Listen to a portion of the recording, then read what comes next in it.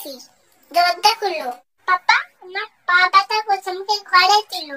মা গো, আমার খিদে পেয়েছে, দরজা খুলো। ও ঠাম্মি, ঠাম্মি, ঠান্ডা লাগছে, ঘরে চলো।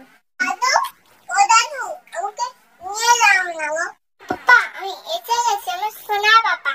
পাপা, দরজা খুলো, পা ব্যথা করছে, ঠান্ডা প্রচুর। ও গো মা, আমি দুষ্টু করবো না।